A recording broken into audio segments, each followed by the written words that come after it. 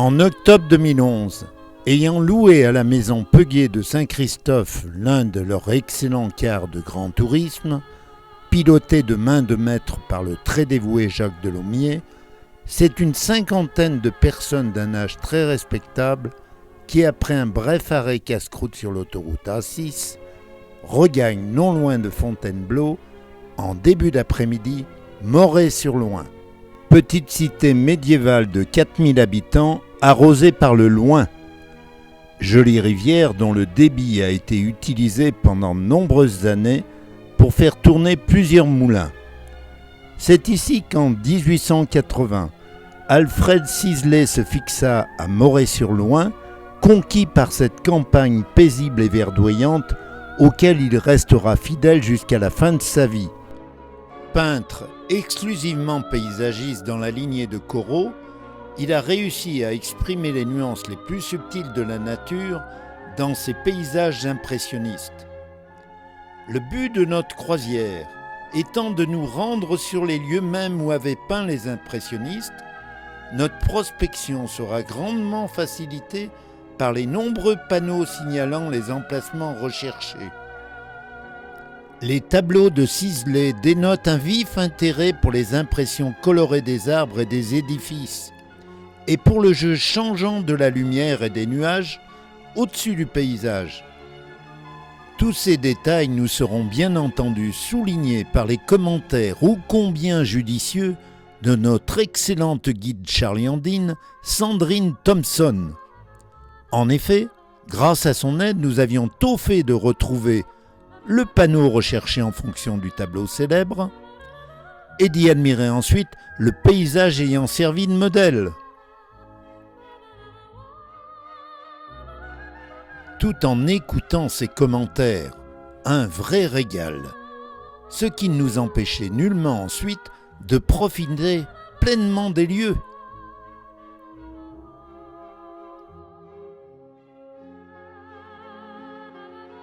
De découvrir les édifices remarquables de cette cité, comme la porte de Bourgogne de la fin du XIIe siècle. Cet édifice a été couvert d'une toiture en pavillon au XVIIe, qui a remplacé une terrasse crénelée pourvue des chauguettes à ses 4 angles, dont ne subsistent que les souches. Ici, l'hôtel de ville et plusieurs maisons à colombage comme celle de la maison du sucre d'orge, ou celle restaurée en 1900 par un compagnon du Tour de France nommé Racollet, qui possède des petites sculptures représentant un saint ou un métier artisanal. Admirez la beauté et la finesse du travail. Clôturant cette visite citadine, Sandrine nous ramena progressivement à notre thème principal, à savoir les œuvres des impressionnistes avec l'église de Moret, peinte par Sisley en 1893, puis nous incita à regagner notre car, tranquillement, chacun à son rythme, pour rejoindre, non loin de là, à Bourron-Marlotte, la Villa Charnay. Né à Charlieu en 1844, Armand Charnay fit des études de peinture à Paris. Séduit par la forêt de Fontainebleau, il s'établit à Marlotte en 1871. Peintre paysagiste dans l'esprit de l'école de Barbizon, il deviendra également président d'honneur et bienfaiteur de la Société des Amis des Arts de Charlieu, à laquelle il légua à sa mort son fonds d'atelier. De passage à Marlotte, l'occasion était trop alléchante pour ne pas tenter de pénétrer en ces lieux. Ainsi, moment mêlé d'attente et d'incertitude pour certains, tandis que je m'autorise à déranger la nouvelle propriétaire des lieux, quelque peu désemparée par l'absence de son mari, mais très vite rassurée par le retour fortuit du dit mari. Il faut reconnaître que la présence parmi nous de Jacques Quay, qui présida pendant de nombreuses années la Société des Amis des Arts, eut vite fait de déclencher l'accueil chaleureux de M. Conneau. Lors donc débarrassé de son vélo d'exercice physique, M. Conneau, pendant de nombreuses minutes, va captiver son auditoire, nous racontant quelques anecdotes sur le passage d'Armand Charnay dans cette maison de Marlotte. Ensuite, tout naturellement, il nous incita à le suivre pour découvrir cette grosse propriété aux particularités étonnantes, notamment grâce aux aménagements suggérés par Madame Kono. Cette dernière étant d'origine japonaise, nous avons bien compris qu'elle était l'instigatrice d'un jardin d'influence japonaise.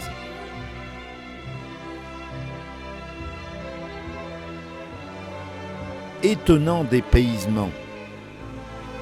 Guides heureux et visiteurs satisfaits, nous emporterons une sympathique image de cette demeure de Marlotte, avant de découvrir non loin de là Saint-Mamet, dont le port fluvial fut peint de nombreuses fois par Alfred Sisley, l'Anacolute, petit croiseur fluvial qui allait nous servir d'hôtellerie pendant la semaine. Tandis que nos bagages sont déchargés, nous envahissons l'agréable salon-bar où un verre de bienvenue nous sera distribué. Moment privilégié pour recevoir du chef de réception toutes les informations relatives à notre séjour à bord. Mais plus qu'un verre de bienvenue, c'est en fait un véritable cocktail de bienvenue.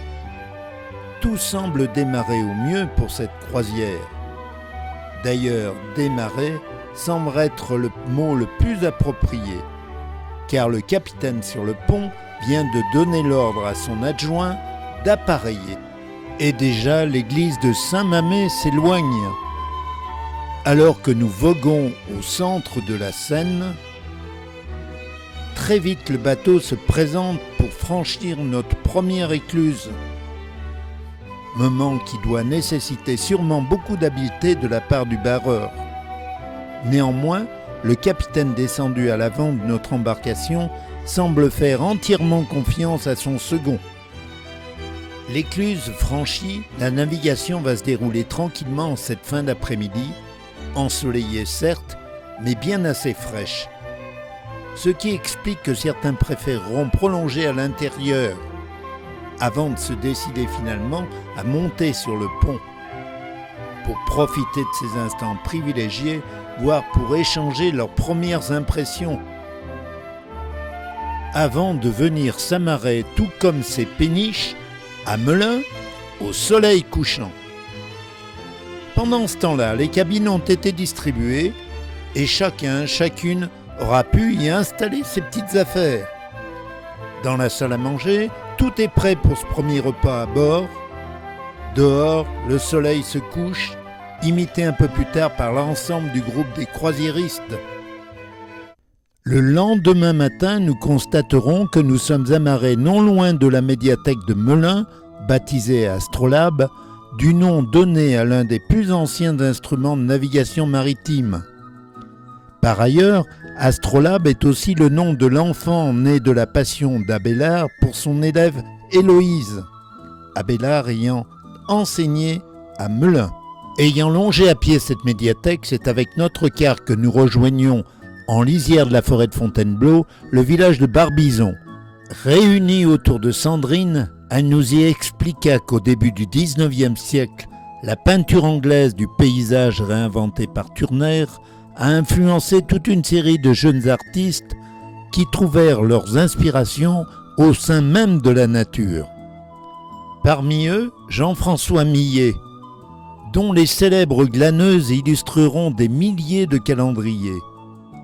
Ou encore Camille Corot et ses paysages évocateurs. Plusieurs mosaïques évocatrices ont été installées par la municipalité pour rappeler le séjour de ces artistes en ces lieux. L'auberge du Père Cannes était hospitalière aux artistes paysagistes. C'est ici que prit naissance l'école de Barbizon. Devenue officiellement un musée, cette maison a conservé son atmosphère et les traces tangibles du passage de ces artistes. Habitués à peindre sur le motif, ils quittaient l'auberge le matin avec leur matériel sur le dos. Poursuivant ses commentaires, Sandrine nous expliqua que le soir, les artistes s'amusaient à illustrer les murs de leur dortoir, laissant libre cours à leur inspiration.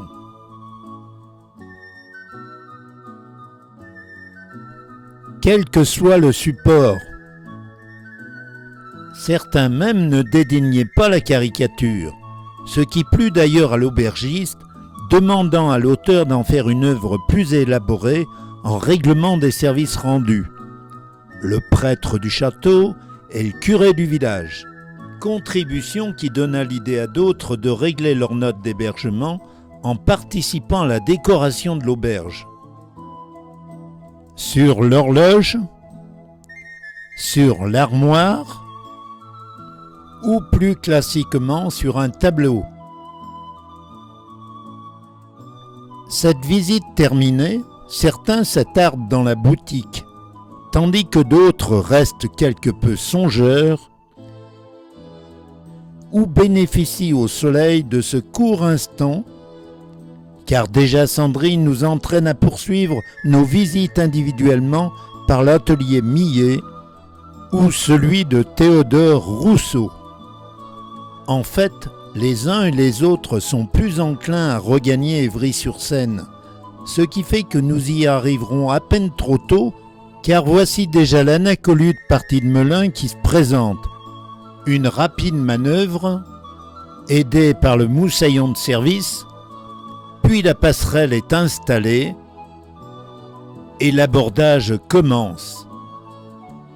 À allure grand V, car nos hôtes sont à pied d'œuvre. En un rien de temps, le service sera effectué, permettant enfin à chacun de se restaurer. Les estomacs remplis, nous aurons ainsi tout le loisir de reprendre notre navigation avec le franchissement d'une nouvelle écluse. Avant de s'installer confortablement au soleil sur le pont pour y déguster un sympathique café. Navigation tranquille pour les uns, propice pour d'autres à la pratique de leurs loisirs favoris.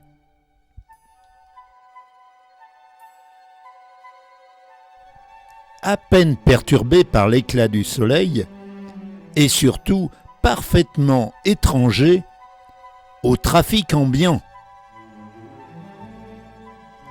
À l'approche de Paris, les écluses se succèdent et la navigation se poursuit rive droite pour découvrir bientôt Chinagora et son complexe hôtelier. Nous sommes maintenant au confluent de la Marne et c'est sous un soleil déclinant que nous apercevons les 4 immeubles de la grande bibliothèque. Tout le monde est à présent sur le pont.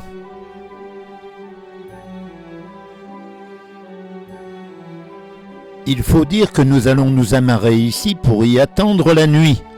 Le palais de Bercy est tout proche et quelques-uns en profiteront pour aller jeter rapidement un petit coup d'œil à la grande bibliothèque avec sa structure assez impressionnante.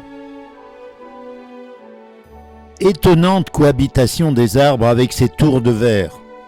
Le soleil se couchant, il nous faut bien vite regagner notre hôtel flottant pour y prendre notre repas. Car la nuit s'étant installée, l'Anacolute appareille, le pont de Bercy, le palais Bérégovois, ou plutôt le palais des Finances. Nous voilà donc partis pour la traversée de Paris illuminée. Tout le groupe bien emmitouflé est installé sur la plateforme du bateau. Déjà le pont Charles de Gaulle et la cathédrale Notre-Dame. Ensuite, ayant pris la rive droite de la cité, nous côtoyons l'hôtel de ville. Le pont Neuf et la Samaritaine, on devine à gauche une coupole et le laser de la Tour Eiffel. La coupole étant celle de l'Académie française, puis le magnifique pont Alexandre III, suivi des verrières du Grand Palais. La Tour Eiffel, majestueuse, avec son impressionnante structure. Le dépassement du pont de Sèvres clôturera notre croisière nocturne. Nous sommes certes ravis, mais pas mécontents que ce soit fini, car nous sommes légèrement transis. Le lendemain matin, l'ambiance paraît plutôt détendue et sympathique.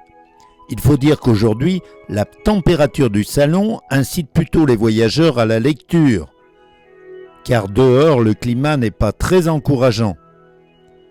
Notre barge-hôtel a cependant repris son parcours, et après Sèvres, le front de Seine et ses immeubles démesurés. Certains croisiéristes bien couverts se sont réinstallés sur le pont. Et pour se réchauffer, un peu d'exercice est le bienvenu. Pour d'autres au-dessous, le séjour plus tempéré au salon se prolonge en visionnant quelques infos relatives au programme de la journée. Dans la grande salle attenante, le couvert est mis. En effet, l'anacolute vient de s'amarrer. Le personnel est en place, ce qui fait que le groupe pourra tout à fait respecter l'horaire du programme journalier et profiter selon l'habitude de la diversité habituelle des vins proposés. Entre Chatou, Bougival et Port-Marly, la Seine baigne toute une série de petites îles près desquelles les impressionnistes ont souvent posé leur chevalet. Nous profiterons donc de notre amarrage pour partir l'après-midi à la découverte de ces lieux mythiques. Ce sera d'abord Port-Marly, où Sisley a peint plusieurs tableaux, et Sandrine de nous l'expliquer. En 1876, quand Sisley peint sa vue de Port-Marly, la Seine étant crue, la ville est sous les eaux. Un bâtiment encore en place de nos jours abritait un magasin de vin à Saint-Nicolas, comme l'illustrait sa façade, remplacée par l'actuel café Le Brazza.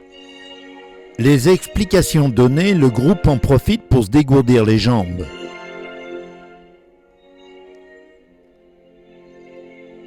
Regroupement prudent avant de traverser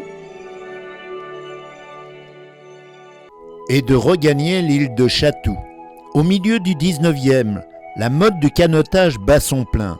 C'est sur une petite île entre Rueil-Malmaison et Chatou que peintres et écrivains se retrouvent pour se divertir et peindre en plein air. Après la guerre de 1870 à laquelle ils participent, Manet soutient les impressionnistes. À leur contact, il pratique la peinture en plein air et devient leur ami. Notamment Berthe Morisot qui deviendra sa belle-sœur et d'autres qui deviendront ses amis comme Claude Monet et Auguste Renoir. Ce dernier, attiré par l'omniprésence de l'eau et de la nature, exécutera une trentaine de toiles à Chatou, dont Les Canotiers en 1881. Il faut savoir qu'après 70, M. Fournaise, charpentier de bateau, avait installé son atelier sur l'île de Chatou et sa femme un restaurant. La maison Fournaise devint vite célèbre, les curieux y affluaient, attirés par les fêtes nautiques organisées sur la Seine. Aussi, tout naturellement, après Port-Marly, nous viendrons visiter ces lieux chargés de souvenirs.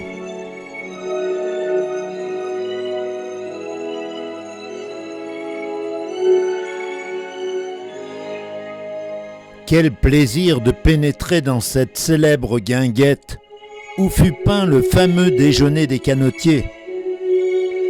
Renoir travailla au déjeuner des canotiers d'avril à juillet 1881.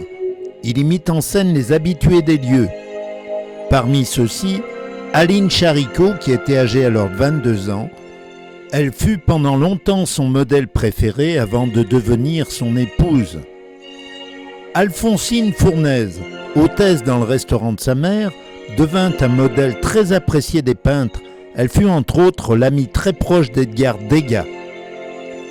Gustave Caillebotte, peintre lui-même mais aussi collectionneur, mécène et organisateur des expositions impressionnistes. Finalement, un moment entre amis. Étant à notre tour présent dans un tel lieu, Sandrine eut la bonne idée de recréer l'ambiance d'antan, avec l'apport de quelques coiffures.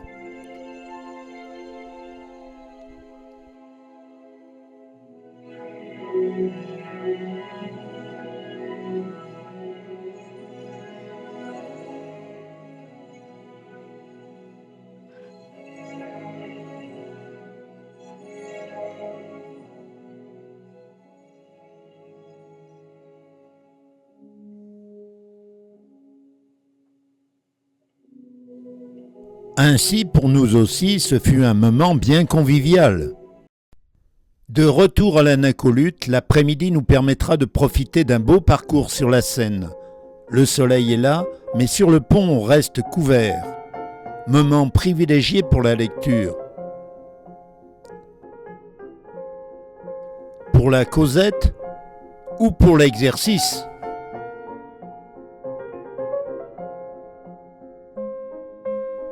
En fin d'après-midi, nous atteignons Conflans-Sainte-Honorine, la capitale de la batellerie. La ville s'est développée sur la rive droite de la Seine, à son confluent avec l'Oise. Au-dessus des berges, la ville haute, avec l'église Saint-Maclou et le château du Prieuré où est installé le musée national de la batellerie. Les appontements regorgent de péniches. Et il va nous falloir manœuvrer pour pouvoir accoster. Or, brusquement, la lumière chute.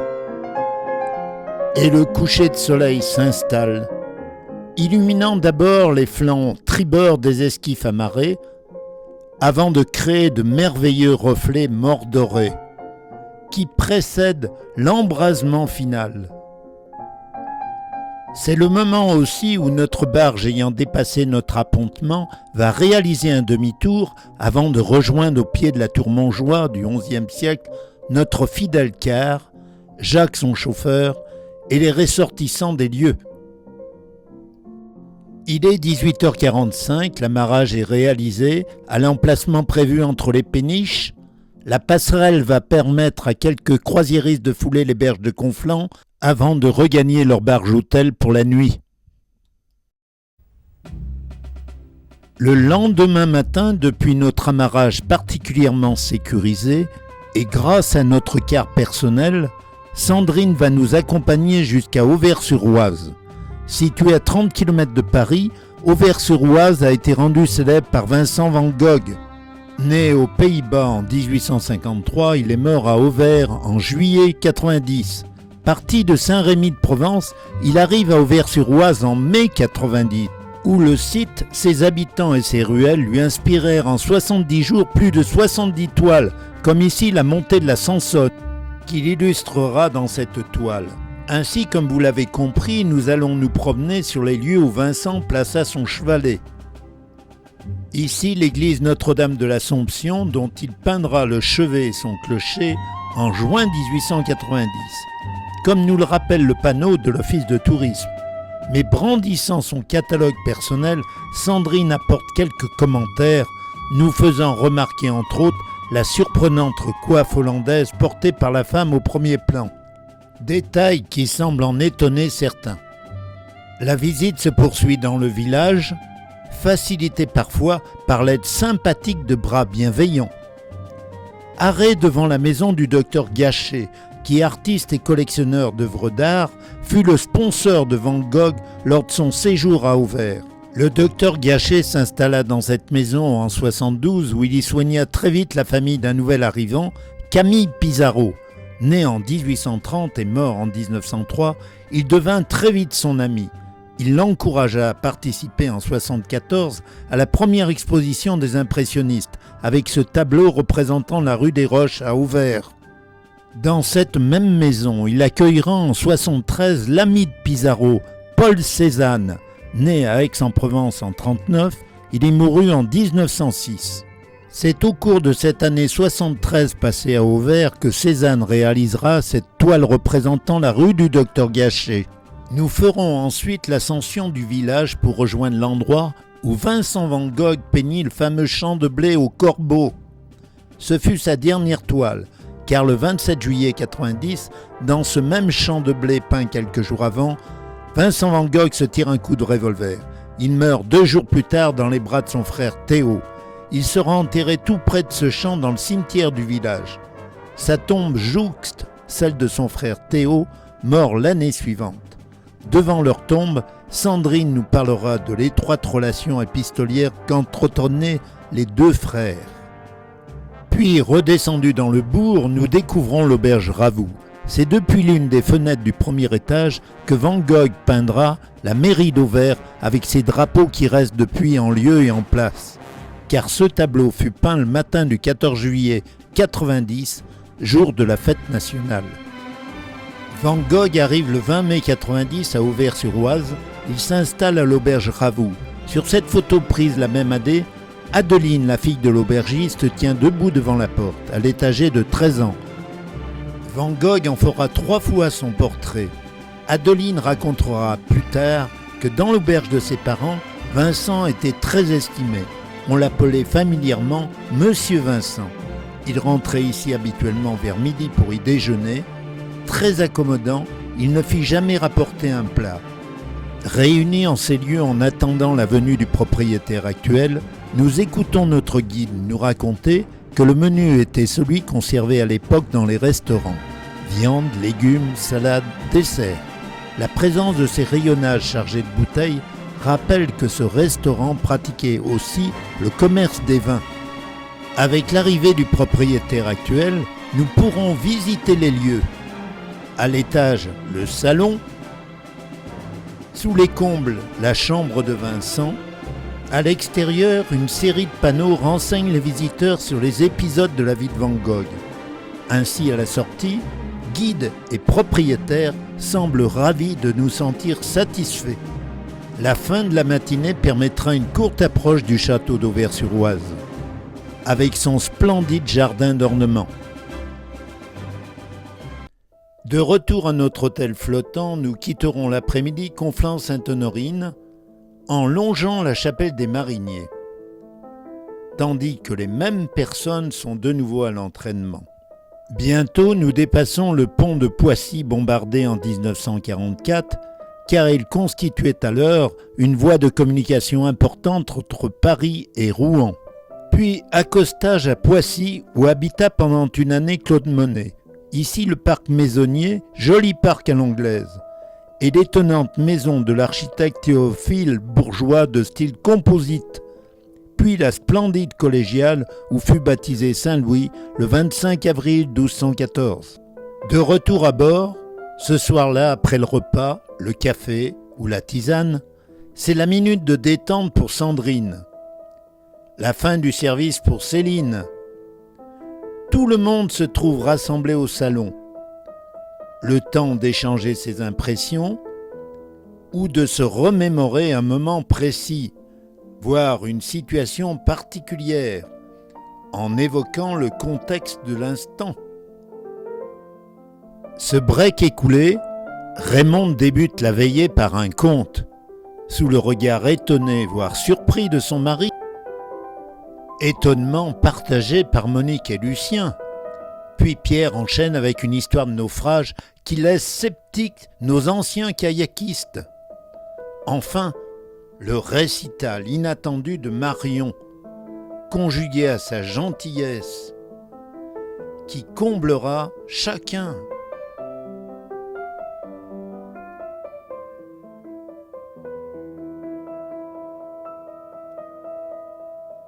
D'autant plus que c'est au piano que Marion clôturera la soirée. Ce matin du 5e jour, nous avons repris notre navigation et longeons la collégiale Notre-Dame de Mantes-la-Jolie, peinte en 1860 par Jean-Baptiste Corot. Remarquable ouvrage gothique construit entre le XIIe et le XIIIe siècle. Le soleil est présent et les couleurs d'automne nous enchantent. Notre parcours matinal s'annonce bien. Au poste de pilotage, le second est cool. Et là-bas, à l'avant, les croisiéristes sont sur le pont. Au soleil, certes, mais les doublures sont encore de mise. Notre barge glisse tranquillement, nous dévoilant un spectacle reposant. Pendant quelques kilomètres, les propriétés privées se succèdent. Ici, le château de Rosny, peint lui aussi par Jean-Baptiste Corot en 1840. Encore un méandre et nous approchons du barrage écluse de Bonnières. Sur le pont, les conversations se poursuivent calmement, pourtant l'approche de cet obstacle va interroger certains. Où sommes-nous ? À Bonnières-sur-Seine.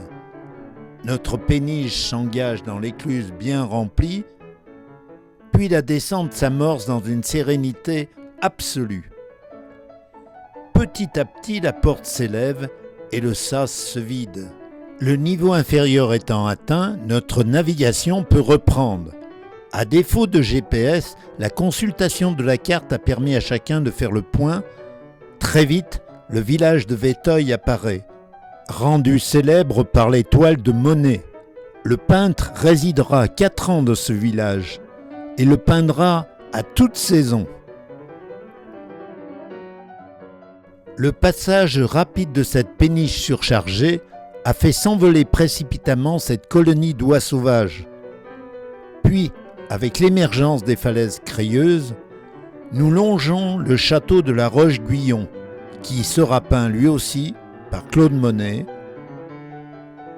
puis quelques années plus tard par Paul Cézanne.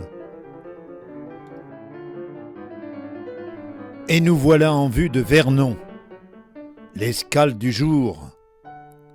La Normandie est proche, mais dans l'instant, le capitaine a repris la barre et le second est paré à l'accostage.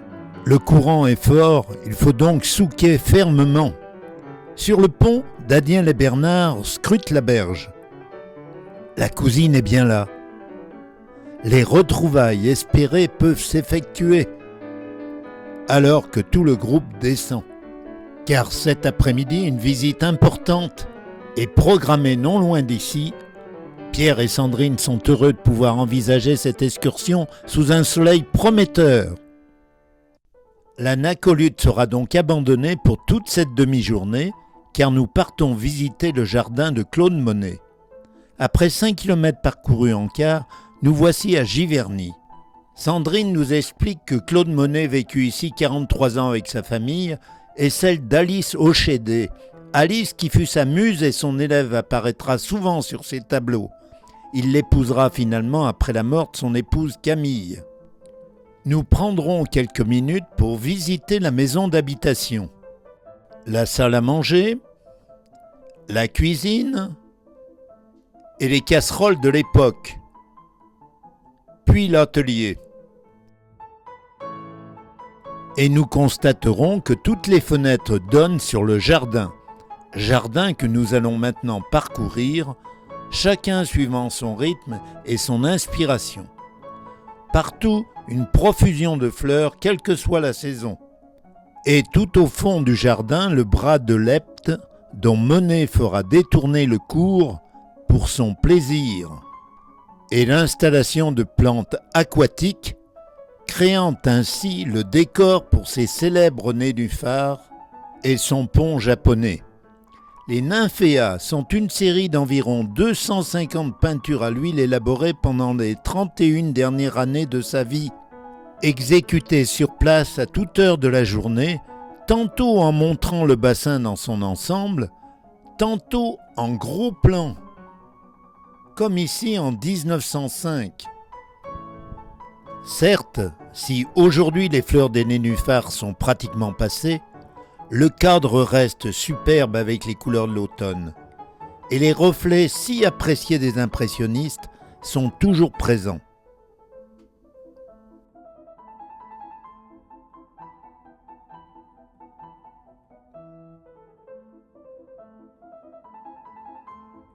Revenu à la maison et après un petit temps libre dans le village, ce sera le retour à la Nacolute pour participer devant la verrière du salon à l'atelier dessin, influencé peut-être par le paysage. Quoi qu'il en soit, ce fut encore un moment de calme bien apprécié avant l'installation du brouillard coutumier à cette saison. Ce matin, c'est encore depuis notre amarrage de Vernon que notre car habituel roule en direction de la capitale de la Normandie. Le confort de notre bus incite quelques-uns à prolonger leur temps de sommeil.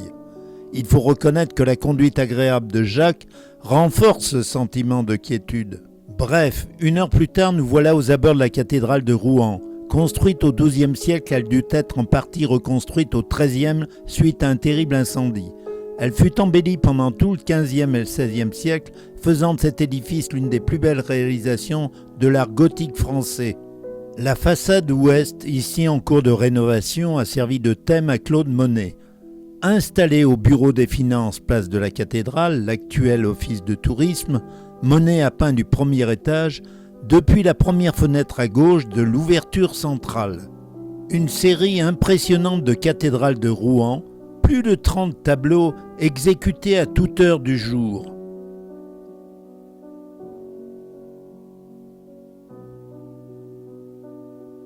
Cette façade ouest présente 3 portails, mais le tympan de celui de gauche du XIIIe représente le martyre de Saint Jean le Baptiste avec le festin d'Hérode, la danse de Salomé, la présentation de la tête de Saint Jean et sa décollation à droite. Le portail central plus ouvragé date lui du XVIe.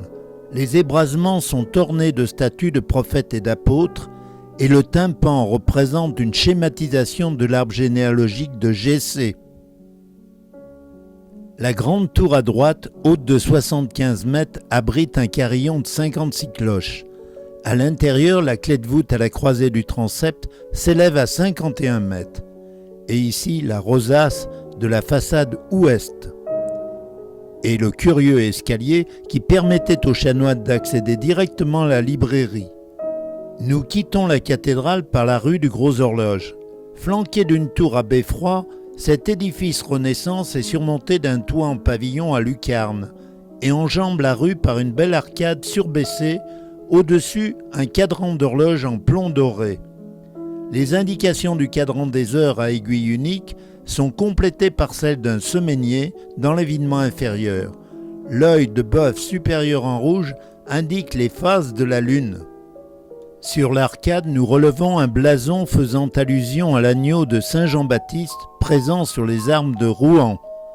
Le dessous de la voûte est décoré d'une scène sculptée représentant l'image du bon pasteur et de ses brebis. Au-delà, la rue se poursuit, toujours encadrée par de belles maisons du Moyen-Âge, avec une ossature et un colombage en chêne et des intervalles remplis avec des ourdis en plâtre, en torchis, en pisé ou en briques. La rue débouche sur la place du Vieux Marché, où une plaque commémore l'installation en mai 1431 du bûcher sur lequel fut brûlée Jeanne d'Arc. En fait, c'était sur cette place que tous les condamnés étaient exécutés. Chacun poursuivra sa visite selon ses envies. Ici, la rue Saint-Lô qui passe derrière le palais de justice, dont la façade du XVIe de conception Renaissance est ornée d'un véritable imbroglio de pierres ciselées. L'ornementation s'enrichit au premier étage et apparaît rehaussée d'une balustrade ajourée, laquelle est surmontée d'une fantastique forêt de pinacles et de clochetons.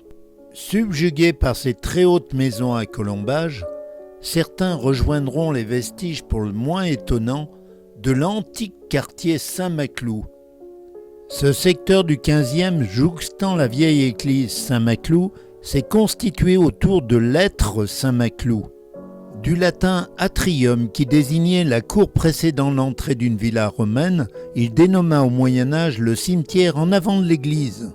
Au début du XVIe, après l'épidémie de peste, fut aménagé tout autour de ce cimetière des galeries pour contenir les ossements. Une double frise sculptée dans le bois représente des crânes, des tibias et des outils de fossoyeurs. Des chapiteaux évoquent une danse macabre. Ces bâtiments au cours des siècles seront réservés à des écoles ou ateliers. Actuellement, ils abritent l'école des Beaux-Arts de Rouen et se situent donc tout près de cette église Saint-Maclou. Notre visite terminée, nous quitterons donc Rouen et rejoindrons en fin de matinée notre amarrage de Vernon. Ce matin, nous voguerons sur la Seine toute la matinée. Le soleil perce au travers des gros nuages et les couleurs des arbres sont belles.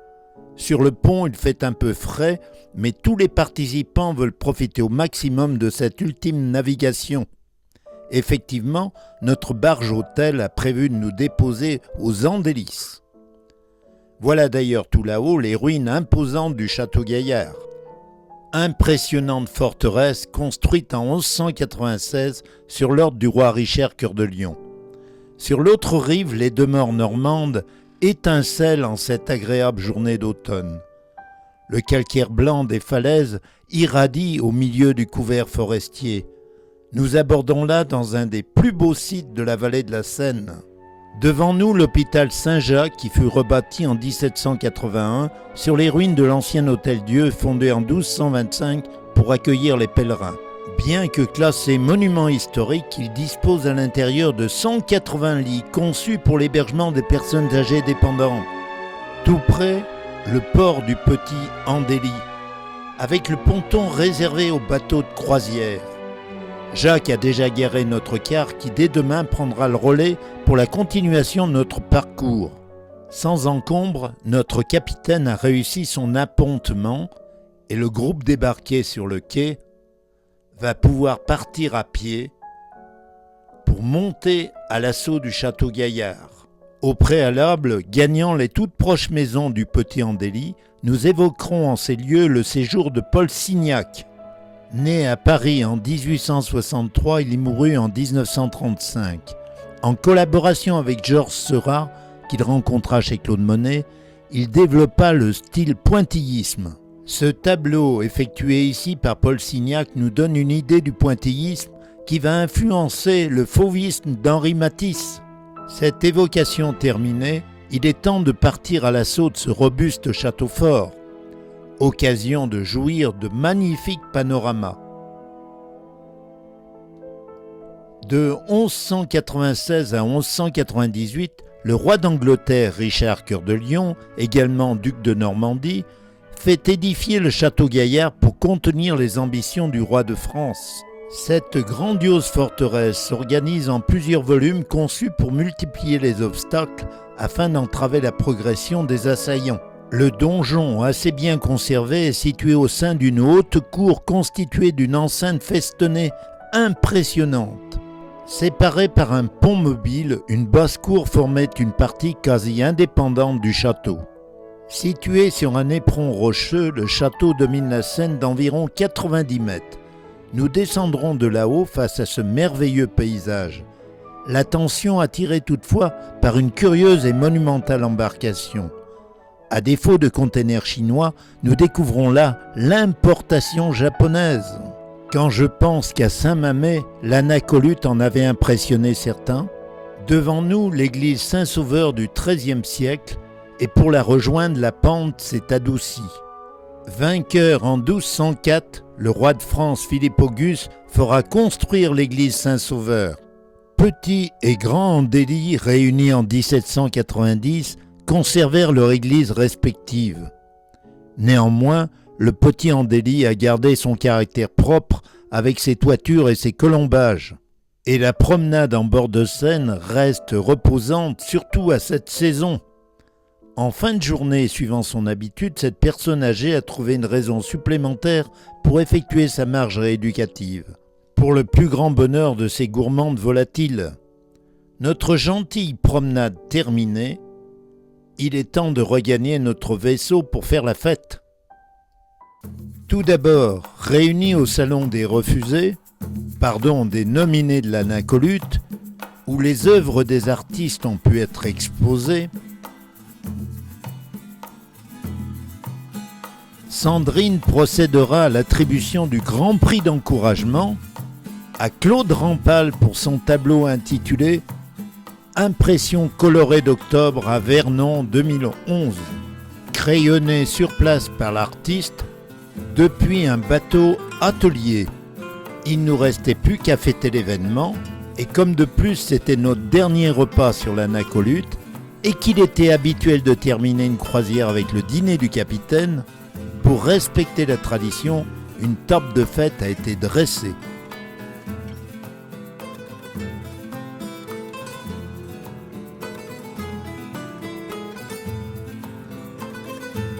Le personnel de service est en place. Céline, la responsable manager, nous souhaite une bonne soirée. Daniel, en maître d'hôtel averti, nous présente en quelques mots le premier vin, présentation qui fut toujours bien suivie, d'autant plus que les vins furent chaque jour différents et servis à satiété. Comme prévu, le capitaine est au milieu de nous, ravi apparemment de devoir partager notre table. Atmosphère ô combien familiale. Et avec le rouge, on tombe la veste et l'ambiance va monter. Clo-Clo rayonne. Avec le dessert, c'est l'heure du bilan et des briefings. En premier, Daniel, pas mécontent de terminer avec nous la saison fluviale, puis Céline radieuse pour les mêmes raisons, ensuite Sandrine. Tous semblent particulièrement satisfaits de l'homogénéité de notre groupe. Avec Michel Pro, ce sera le résumé du voyage en chanson, résumé fort apprécié. Les anecdotes foisonnent, déclenchant l'approbation générale. Vint ensuite le temps où chacun, la fleur à la main, dut se rendre sur la coursive extérieure dans le but de faire un vœu en jetant à l'eau une fleur.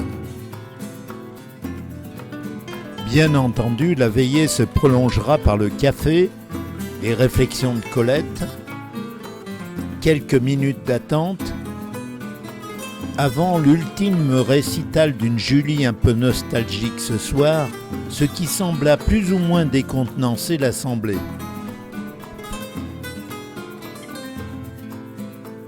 Alors, rien de tel qu'une petite goutte pour que l'hilarité reparte progressivement, notamment chez le personnel, au plus grand contentement de Colette, avant de regagner nos cabines. Vendredi matin, sur la berge, l'équipage réuni au grand complet a tenu à nous souhaiter une bonne fin de voyage.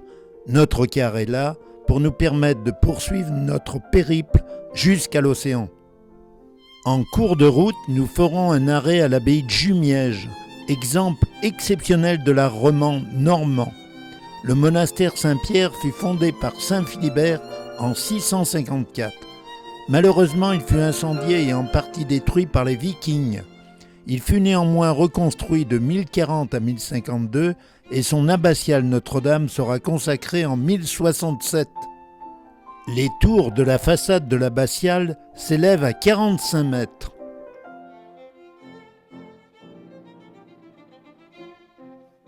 Et les murs de la nef s'élèvent à 25 mètres. Pendant les guerres de religion, l'abbaye fut mise à sac par les Huguenots. Ensuite, à la Révolution, l'abbaye est vendue au titre de biens nationaux et servira dès lors de carrière de pierre. En 1852, un mécène rachète les ruines et entreprend de sauver ce qui reste. Depuis 1947, l'abbaye est devenue propriété de l'État. Des vestiges d'un décor peint daté du XIIIe et du XVIe siècle sont visibles dans les bas-côtés et sur certains chapiteaux. La porterie datant du XIVe s'ouvre par deux portails, l'un pour les charrois et l'autre pour les piétons. Au XIXe, elle servit de résidence aux nouveaux propriétaires. Continuant notre chemin, nous devrons franchir la Seine, mais en s'élevant 50 mètres plus haut, en empruntant le pont de Tancarville inauguré en 1959. 13 mètres de large et 1420 mètres de long. Ainsi, en début d'après-midi, nous découvrirons le port d'Honfleur, où naquit en 1824 Eugène Boudin. Il y passa son enfance et y rencontra par hasard les peintres de l'école de Barbizon, dont Jean-Baptiste Millet, qui l'incitèrent à peindre en plein air. Très connu sur Honfleur, il devint un des pionniers de l'impressionnisme et influença considérablement Claude Monet par le style de sa peinture. Témoin ce coucher de soleil au bord de mer d'Eugène Boudin. À la ferme Saint-Siméon à Honfleur, où se retrouvaient régulièrement de nombreux peintres parisiens et normands, il côtoya et accepta Claude Monet comme élève. Au musée Eugène Boudin, nous avons pu admirer entre autres certaines toiles de Monet dont le clocher séparait de l'église d'Honfleur. Le modèle est la toile de Monet. Le clocher séparé est recouvert de bardeaux en bois de châtaignier, tout comme l'église Sainte-Catherine classée monument historique depuis 1875. C'est la plus grande église de France construite en bois. Tandis qu'une partie du groupe se relaxe et profite du soleil, quelques autres auront préféré voir le parcours humoristique proposé dans les maisons Satie. Éric Satie est un musicien-compositeur né à Honfleur en 1866 et mort en 1925, souvent qualifié d'ironique car il composa plusieurs pastiches d'œuvres célèbres. Le regroupement des voyageurs se fit aux abords du port pour bénéficier de la lumière de cette fin d'après-midi et de réaliser que c'est au pied de cette capitainerie que Jacques Cartier, en 1534, partit découvrir le Canada. Le lendemain, dernier jour de notre voyage, nous rejoindrons le Havre en empruntant le fantastique pont de Normandie inauguré en 1995. Surplombant la Seine de 60 mètres, il permet le passage des gros bateaux. Ces pylônes en Y inversé mesurent 215 mètres et son tablier suspendu 856 mètres. Grâce à lui, nous serons très rapidement au Havre. Pour y côtoyer le porte-plaisance dominé par l'emblématique tour de l'Hôtel de Ville, le bassin du Roi avec le nouveau pont Notre-Dame, avant de rejoindre la tour de surveillance du port du Havre, deuxième port de commerce français pour le trafic après Marseille, mais premier port français pour les containers. C'est ici qu'en 1872, Claude Monet peignit Impression soleil levant, marine présentée en avril 1874 et qui donnera son nom au mouvement impressionniste. La toile montre l'ancien avant-port du Havre. Nous ferons un petit tour jusqu'au bout de la jetée. Malgré le soleil, le fond de l'air, comme l'on dit chez nous, est tout de même assez froid. Aussi, nous serons heureux de regagner bien vite notre quart pour longer la côte normande et rejoindre quelques kilomètres plus au nord, au pied de ces hautes falaises, un autre lieu où aimait se rendre le même Claude Monet. À l'époque des impressionnistes, la commune de Sainte-Adresse, toute proche du Havre, était un lieu de villégiature à la mode. En 1867, le jeune Monet y réalisa une des plus célèbres toiles de son impressionnisme naissant, la terrasse à Sainte-Adresse. Là encore, nous apprécierons une petite et dernière promenade pour profiter des lieux, d'autant plus qu'avec les falaises de Sainte-Adresse, nous clôturerions notre périple sur le thème des impressionnistes. Partis 8 jours auparavant de Moret-sur-Loing, nous venions d'atteindre l'ultime étape de notre parcours. En fin de journée, nous regagnions notre char-lieu. Séance d'adieu. Récupération des valises. Et un dernier merci à notre guide Sandrine Thompson qui bien sûr reste disponible pour vous guider sur d'autres périples. Et merci de votre attention.